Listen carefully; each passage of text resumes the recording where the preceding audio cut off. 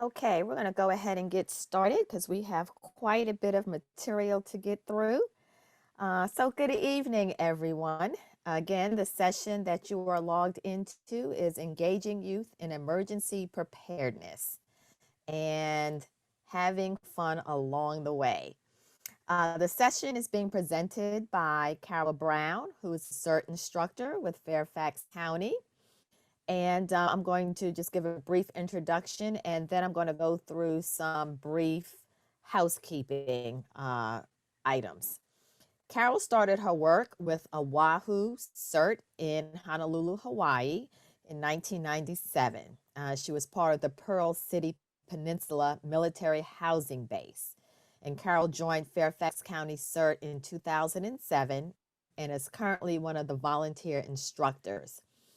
She has coordinated search outreach activities for youth groups and scouting organizations throughout the capital area.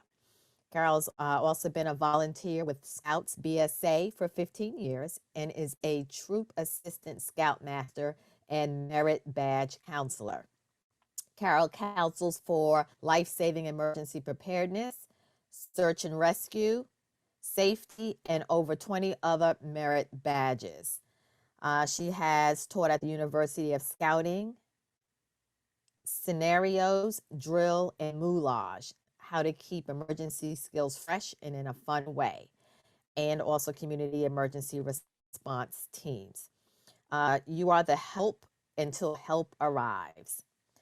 Carol received her University of Scouting PhD in 2019 and is an instructor for Introduction to Outdoor Leader Skills and Power Horn. Carol is a 2021 Silver Beaver Award recipient and a member of the National Camping School staff. And we're very honored to have her presenting this presentation for us this evening. So with that, we're going to go ahead and get started, and I'll turn this over to Carol Brown. Hi, good evening, everyone. Thank you so much for joining us this evening. The staff's been wonderful helping get everything set up. So we've got a lot of material to cover. As was mentioned, I've been working with youth organizations in the area of emergency preparedness for about 15 years now. And it's a lot of interesting lessons learned along the way and managing expectations of all involved. So I'd like to get started. Oops, does not want to work there. Let me see if I can advance this way. There we go.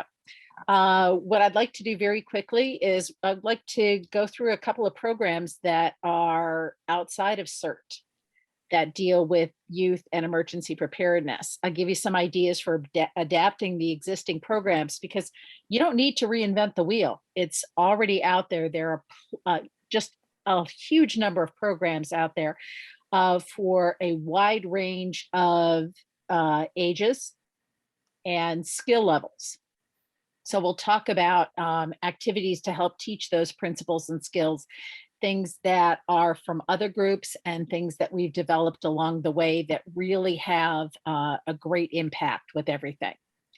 Two organizations that I've worked with are the Girl Scouts and Scouts BSA. Both programs have a lot of great things in common. They're focused on learning and practicing first aid skills. So not just teaching it, but developing it and getting good age-specific first aid skills developed and how to implement those on a regular basis so that the skills don't get stale. The great thing about these is you've got kids who are involved from first graders, so basically 6 years old, all the way up to age 18. And there's programs that cover everywhere throughout the gambit on that one. The cool thing about these is they really encourage the families to participate. So when we talk about developing family plans, of building a kit as a family, of figuring out where are those safe spaces in your house, where are the hazards in your house, okay? And all of these are meant to be a great starting point or a jumping off point for doing more preparedness activities, not just as a family, but also in the entire neighborhood, service projects, additional outreach. When the youth get older, there's a big emphasis on encouraging them to teach their skills to younger scouts. Okay. There's merit badges. Everybody knows scouts earn merit badges. Okay. But there's other awards outside of that. Scouts BSA has an emergency preparedness award that actually encourages scouts to not only develop the skills and participate in programs, but also bring those programs to the community. So, not just working with your family, but also working with the community, doing things like painting house numbers on the curbs, adopting fire hydrants. All of those are highly encouraged in here. And the Girl Scouts have an emergency preparedness patch program, which looks very similar. And they talk about community service agencies, hazards within the communities.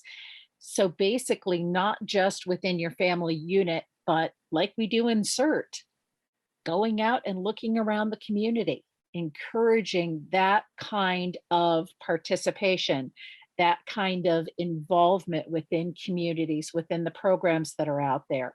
Also, once again, older scouts are encouraged to teach younger scouts the skills and techniques that they've learned.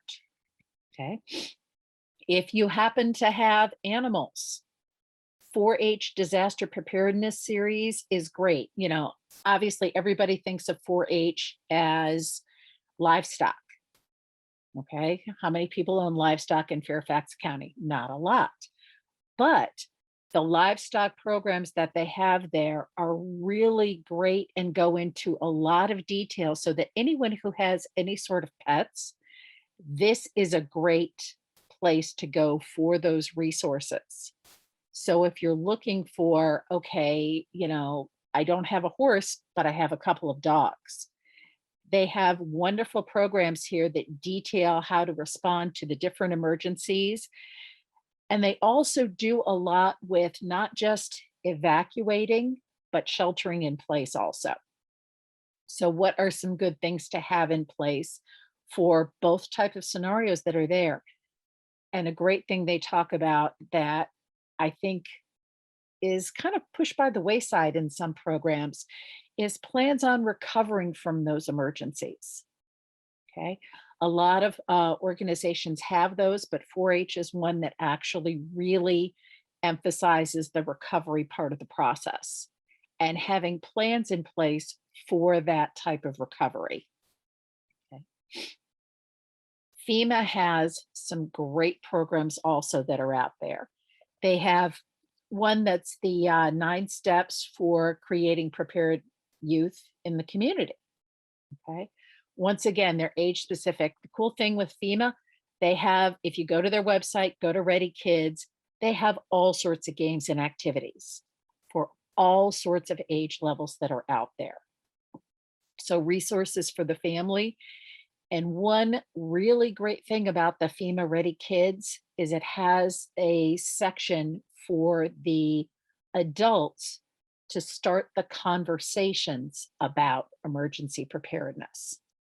Because I think that's something that's left by the wayside again, just a little bit, is we talk about, okay, yes, there's a disaster, yes, there's an emergency, but how do you bring up that topic in a non-intimidating way, but yet try and stress it's important? And the FEMA Ready Kids has a great, the education and organizer guides have really great pointers on how to engage various ages of youth in a way that's not frightening or intimidating or just basically is going to give them nightmares at night. We don't want to do that. Okay.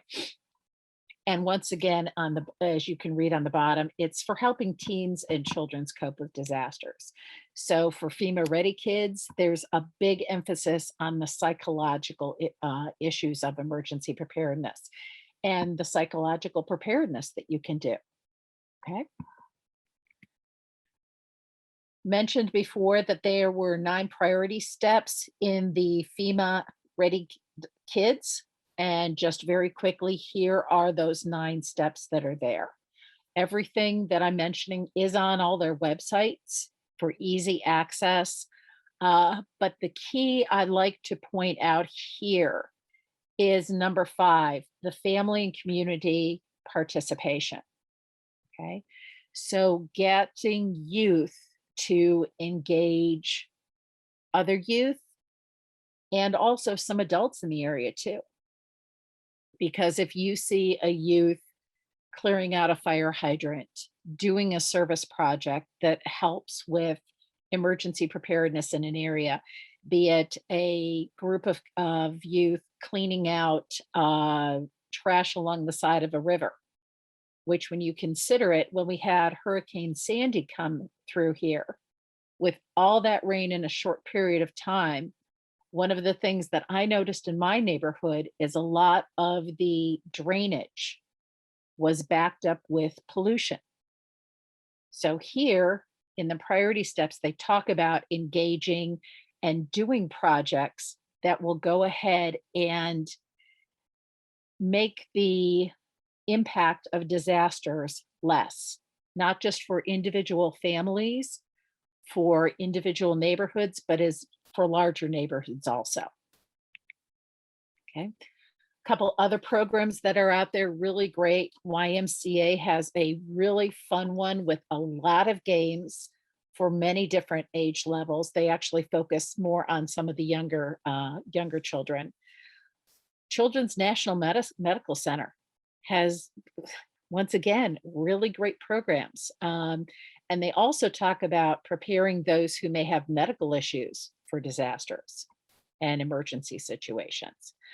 Youth.gov and American Red Cross has some really nice guides in the area specifically for that building resilience of how to get yourself together, how to develop plans, build the kits, all that kind of stuff, so that if something does happen, plans are in place, people feel more comfortable with situations that may happen. Okay, emergencies or disasters. And then that resilience is built in because they're prepared, they know what to do. All right.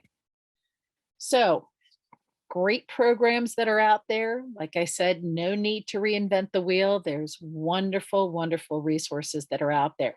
And not to mention Teen CERT programs. If you've got a Teen CERT program, that's great because right there, you probably have some youth instructors who really know what they're doing, who can then help deliver programs to younger individuals. Okay. So one of the things that I like to do is if I'm asked to make a presentation to an organization, specifically one that I've not worked with before, I always ask them, what do you want the participants to learn?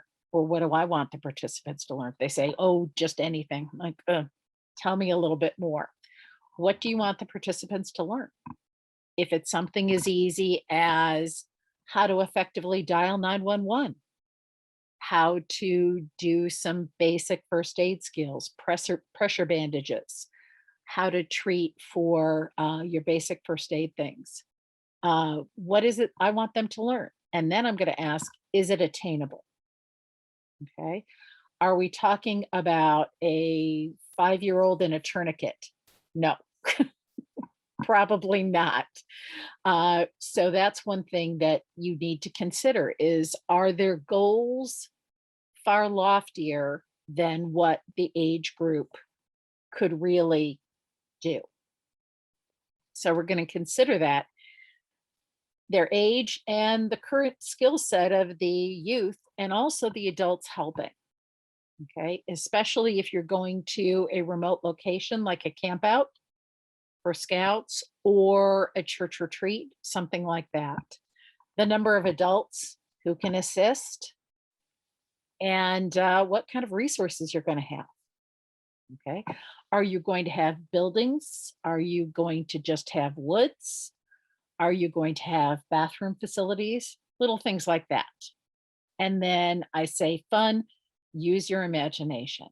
A lot of these programs have activities that you can easily insert to situations The majority of them have great, you've got a supplies list, you've got a approximate amount of time, and you've got a list of skills that the presenter might want to brush up on before they actually present this. And I think that's great because I may need a little help. Okay, I need to figure out how to tie that knot again. All right, I got it. Okay. So, fun activities for building the kit. Almost all of the programs out there talk about building your emergency kit. Okay. One talks about go bags, those bags that you can quickly grab that have the 24-hour supplies in them. Okay. One group talks about having a bag with an outside pocket where that beloved toy or stuffed animal can immediately be put into, and then have a reservation card for that animal. This pocket is reserved for Pat the Bunny. Okay. And then have it in a place so that whoever it belongs to, grab, go, you're out the door. Okay. Make the kit assembly and updating a family activity. You go through it. We happen to, at my house, go through our kits whenever we change the clocks. Okay. So they say change your smoke detectors. I say take a look at your kits. Okay. Make the plans and paperwork a family activity. Okay. So even though maybe the 5-year-old doesn't have grandma's phone number memorized, they know that grandma is the person who they want to be talking to if they need to contact somebody outside the area. We do the try the foods before you include them. I don't know about you guys, but I've had some power bars that are just really nasty. Okay. And some that are absolutely delicious. And it depends. You may have some kids that, they don't want to go anywhere near chocolate. Eh, Me, I like vanilla. Okay. So try the foods out, make it a fun activity. Get a sample of some of them and then put it in little bites and have that for dessert after a meal one day. Do the taste testing. And then when you rotate out the food, do a disaster meal. We've done those before at CERT conferences where here are your ingredients, put together a meal. Do that with your family. Okay. Do that with various other organizations, or you can do it where you do a mystery box of cans, and to make it even more interesting, you take out the labels. And then they have to make a meal out of whatever's in their mystery box.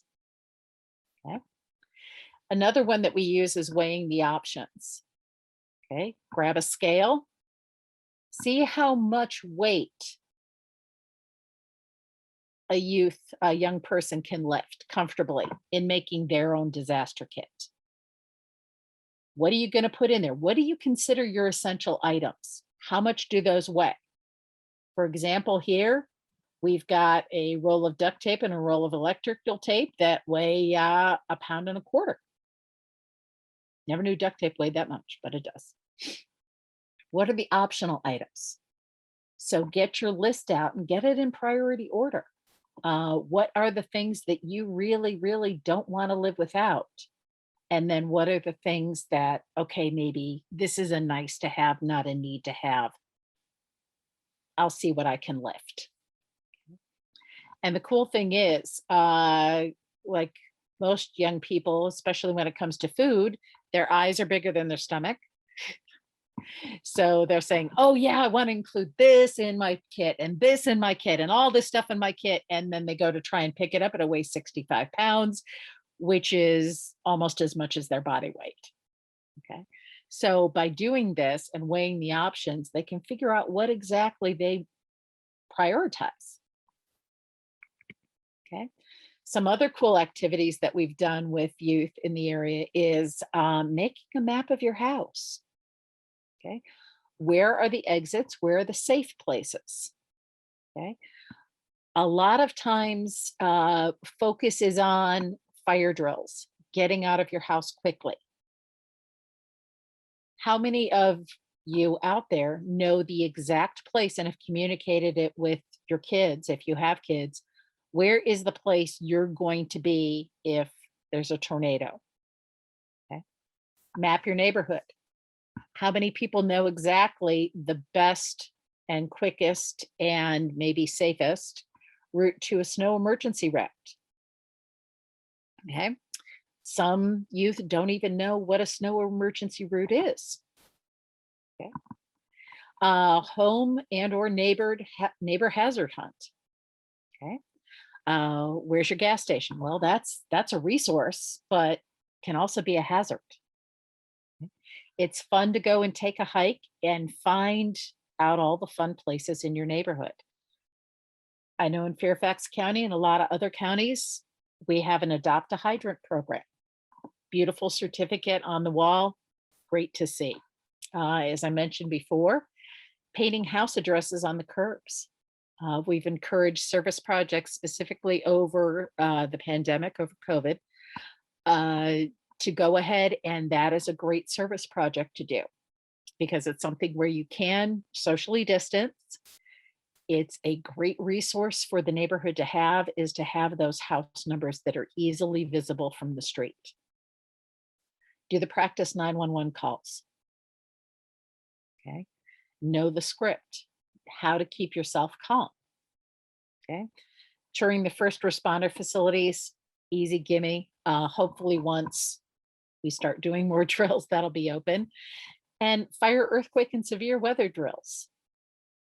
Okay, as you can see from the picture here, we had a whole group lining up in the hallway before we actually had them go out and treat people who were injured during a drill. We had them actually in that position for a while. It's like, hey, sometimes when a tornado comes through, you're going to be in that position for a good long time. One that I like to do, especially when I'm introducing scouts into the backcountry, is do some water purification, hands-on demos and taste tests. So you have your basic ways that you purify water. Have them all lined up in pitchers. Everybody gets a little cup and you get to take a taste test. So you can see in the backcountry, or even if we would have a boil water alert or a water purification alert, where we even lose water, what's going to be your favorite way to purify water for your taste? I know a lot of people cannot handle those little water purification tabs. They'd much prefer to do boil water or use one of the other gravity filters that's out there. Okay. And so with the water purification hands-on demo and taste tests, you have the purified water out there, and then you're actually going to be going through the motions on this is how you would purify the water. This is how much it takes to actually boil the water that's necessary for you to drink every day, gallon of water. So that's something that's easy and fun to do. And it's interesting to see because you'll see them going like, okay, I'm adding this to my kit. I'm not doing this. They have some great observations on the taste test. Okay. What we've done before is we've done camp building. So say, for example, you need a shelter. On campouts before, we've taken them out and said, here's your 8x10 piece of plastic sheeting, 50 feet of rope, contractor garbage bag, and a roll of duct tape.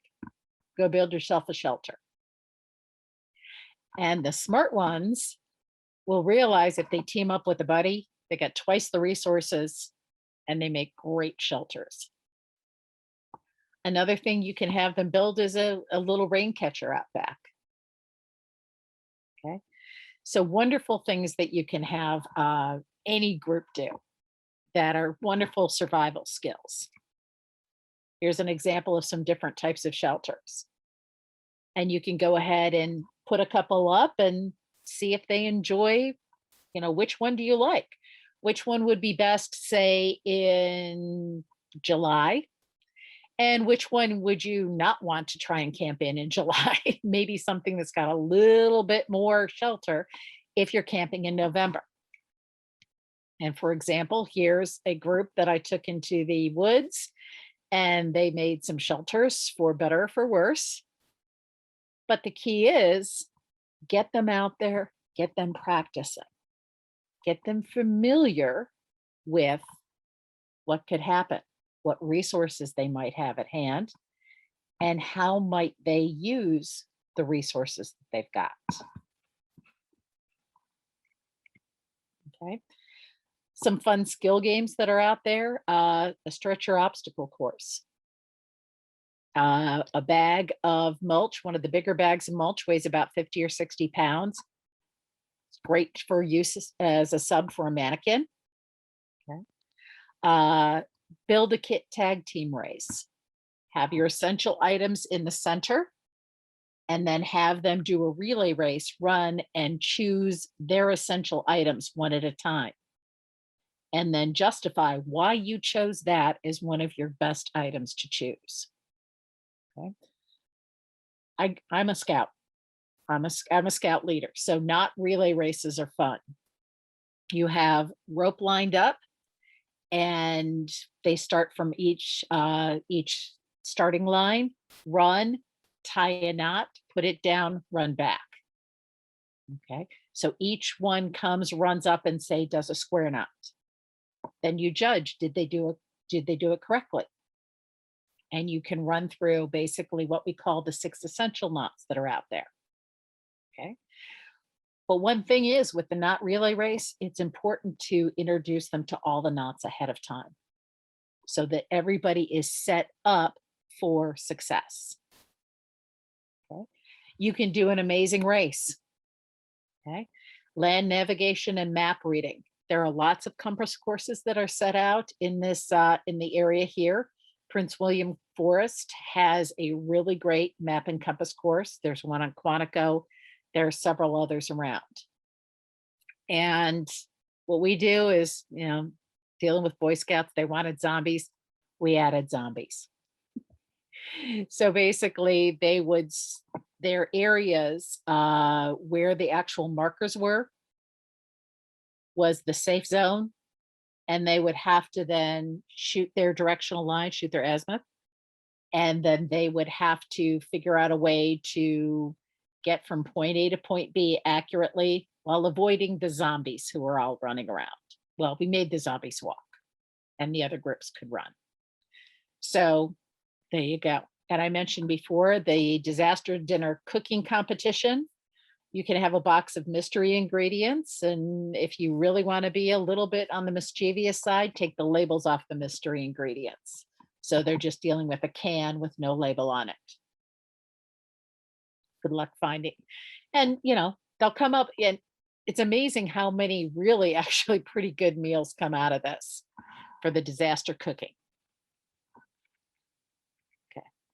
Here's some examples of our Fairfax County CERTs who went out to Haymarket, Virginia at a Boy Scout outing and put together a stretcher obstacle course.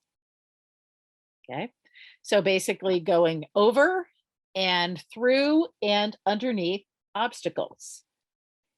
And one interesting thing about the stretcher obstacle course is it's not just so much a strength and dexterity thing. One of the things that it does teach those going through it are communication skills. Okay. As you consider it, when's the last time you did a carry? Okay. You actually were talking to one another. How are you going to zipper through a doorway that's very narrow? How are you going to best get over obstacles that may be in your way? Or in this case, also under obstacles. Okay.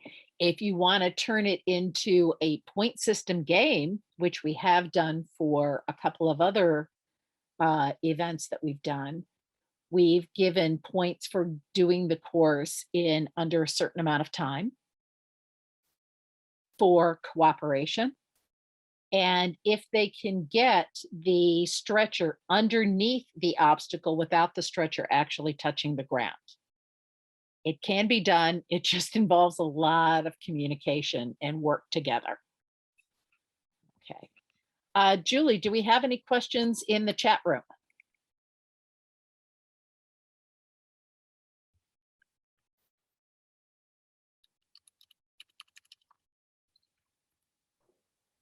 We just have a comment that the learn, practice, teach is a good method. Yes, agree. It's called different things in different organizations. In Scouts, we tend to use the EDGE method for that. But yes, definitely that is something that we really, really want to do. Setting them up for success, setting the youth up for success is one of the linchpins of all of this. You want to make sure that they can succeed. It'll be a challenge, but you really want to make them succeed at this. Okay, here's one that I love to do. And this is something that can be done at a meeting in a backyard.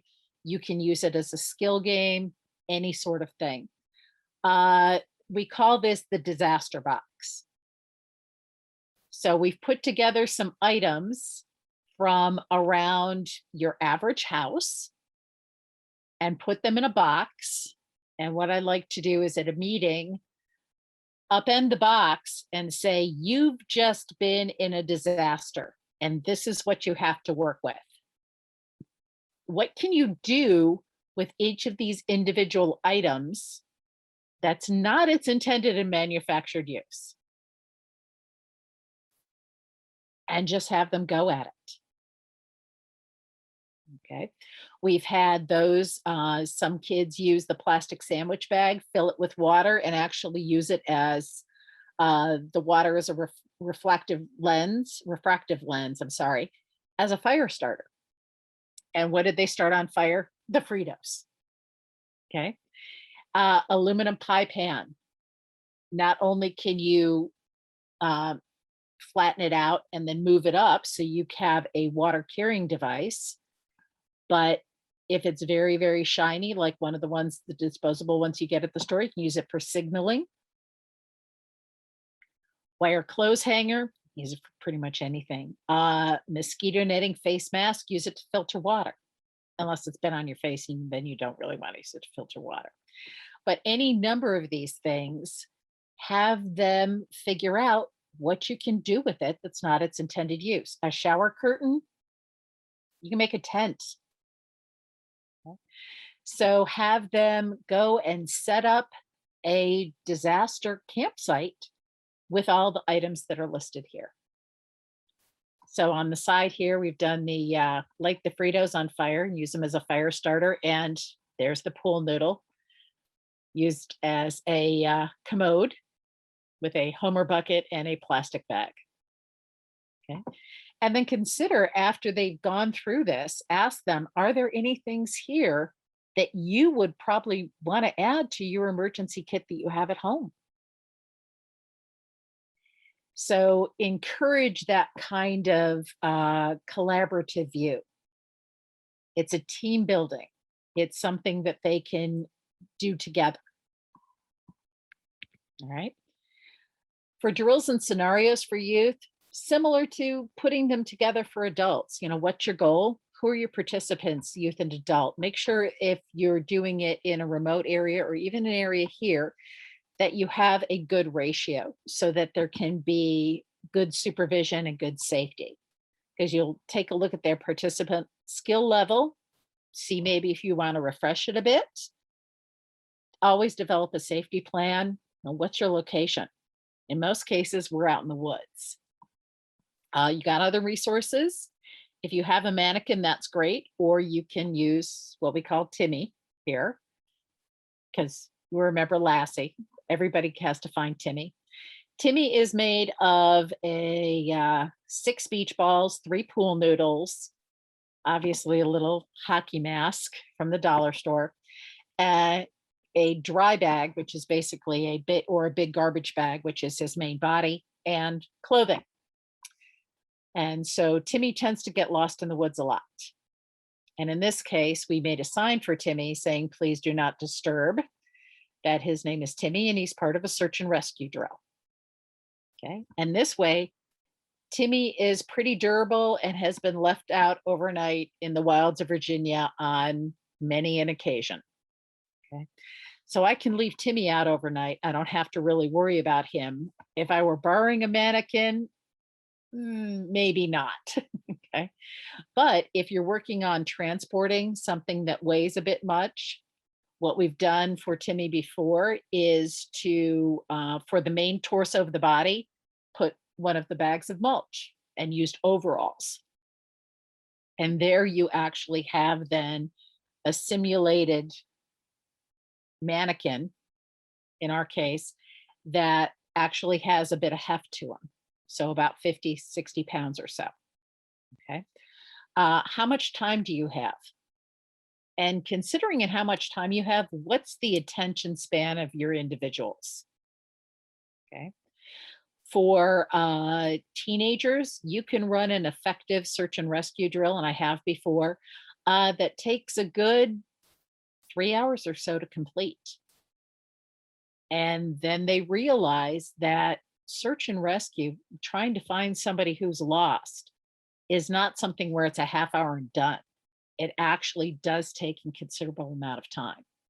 Now, for younger scouts, we maybe pare down the area where they're looking, leave a few more clues, and that's the fun part. You can leave clues all over the place. Okay. And also considering the time of day of the season of the year. So how much daylight do you have to work with? What are other sorts of hazards, weather, critters running around, things like that. Okay. So one of the things that we like to do is building the basic skills. And in this case, moms and dads happen to be our victim actors, and a little bit of lipstick on the forearm. And those are some Cub Scouts. So some fourth graders who are learning how to do pressure bandages, okay, with how to don and doff their PPE gloves, which was really an interesting thing. We gave them a little bit of ketchup on there to try and see if they could take off their gloves without getting ketchup on our hands. But giving them the skills of how to apply a effective pressure dressing, and then they would practice on their parents. And so here's some more of the drills and scenarios for youth, and you can see there's another version of Timmy out there in the woods. What we've done is we've actually recruited some of the older scouts as a command team. And one of our CERT volunteers was the command team tutor, who actually helped them figure out how to be command for a search and rescue drill. Okay. And for safety, we pretty much gave them all orange vests so we knew where they were. And one important thing, we notified all the other groups camping in the area that we were actually doing the drill, along with the police and fire department in the area, letting them know that there was a drill going on in the camp. So if they heard people looking for somebody, calling frantically for someone, they knew that it was indeed a drill. Okay. So as you can see, they had a great time running around and seeing if they could find Timmy. So in one case, we had a group when Timmy was way back in the woods. In another case, he happened to be hidden somewhere. And consider when you're leaving clues of what kind of interesting clues you can leave. A hat, a glove, and in one case, Timmy happened to be a missing scoutmaster. And we had known that the scoutmaster had gone to the car to retrieve something, but had not returned. So we sent a group to do a hasty search, recon search to the car. What did they find there? The all-important coffee cup and some blood on the ground. So you add then that sense of urgency in it. Well, hey, our scoutmaster's out there somewhere and he's injured. So we may need to step up the pace. Once again, we've got the group there for a tornado drill, and they encountered then individuals in the hallway that had been injured from the tornado, and how to then treat and document what you had going on. Okay. And in this case, if you look at the view where they're all huddled against the wall, there's a little plastic bag there with some supplies in it.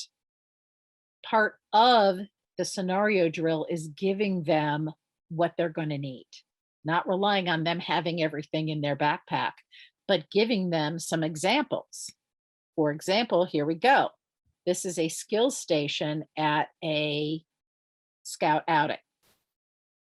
They're given a blanket, some duct tape, and a first aid kit that contains material for a pressure dressing and a sling and a Mylar blanket. And in this case, the scout had accidentally hacked off a finger with an axe. Okay. So they're treating for putting on a pressure bandage and also treating for shock and figuring out what they then need to do. And it warms my heart that a group that I had taught for 4 months prior to basically triage victims at a scout skills competition actually put a victim tag on their victim. It felt so good to see that. Julie, do we have any comments or questions in the chat? Somebody would like copies of your slides, and that's pretty much it. Okay, wonderful. I can easily give you copies if you can put your email in the chat. I'll write that down and I can easily get you a copy of the slides. Okay, all right. So drills and scenarios, very easy. You can make them however long you want to. In this case, let me back it up. We had it built in that the scenario itself was only going to be 10 minutes because you sent some runners out to get help and they were going to be bringing back helpers, adult help, within about 10 minutes. But once again, what can you do in 10 minutes? Well, a lot. And if you've got them thinking about it and how to address a situation, in 10 minutes, you can do a lot that are there.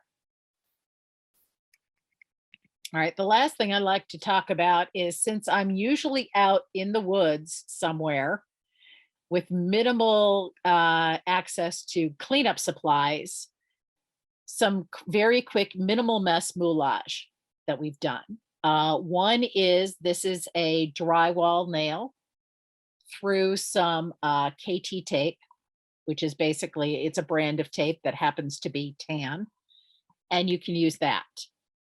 As you can see, we have some really dramatic people that are there. For blisters, it's Vaseline with a thin layer of tissue paper on top and a squirt of hairspray to seal it in place. When I said before that we used an amputated finger for one of the drills, found a little pink glove at an inexpensive dollar store and had some fun with some red paint. And those happened to be finger things that you bought at, it was like a party supply store that had a little lights in the end of the fingers that you could light up the fingers. And we just stuffed some cotton in the end and dipped them in red paint. And for every group that went through the scenario, they got a finger to take home. And they enjoyed that. Okay. We've set up scenarios, emergency scenarios during troop meetings, which are pretty short. And as you can see, I had fun at the Halloween store. And you can easily have some fun with socks if you don't have a lot of time on your hand, or if you don't have a lot of water available and the like, you can get some of the socks there and just have some red paint. And if you do it so it's a sleeve, then you can do that. So here's an example of a nylon here. Cut off the end. Take some nail polish there, silicone caulk, and paint. Very easily. And the great thing about this is, if in the COVID environment that we're working in now, we're working with mannequins. This is very easy. I can slide this on an arm, on a leg, and I've done no damage to the mannequin, and I have a really pretty decent injury there. Another thing here for shock, pretty much just a concealer that happens to be light in color. That's my friend who is having a great time being impaled with a stick on a base that's put underneath a long cravat with a hole in it. And then we just take a t-shirt and put a hole in it, and there you go. And so we can do this out in the woods with minimal cleanup. Okay, so this is another example of some of the things that you can use with the tape, and you can color the tape however color you want. On the top is just your standard plain tape. Now we've got some bruising, some wounds, and you can see we actually did a 3rd-degree burn there. And those happen to be those little poppers that you turn it, rubber things you turn inside out, and then they pop and jump up in the air. We've done those and covered them to look like bruising. So once again, you can use that as a mannequin. Just take some duct tape that's wrong side out, sticky side out, put it inside, put it right on the head of a mannequin, and you've got a very big bruise on it. Okay.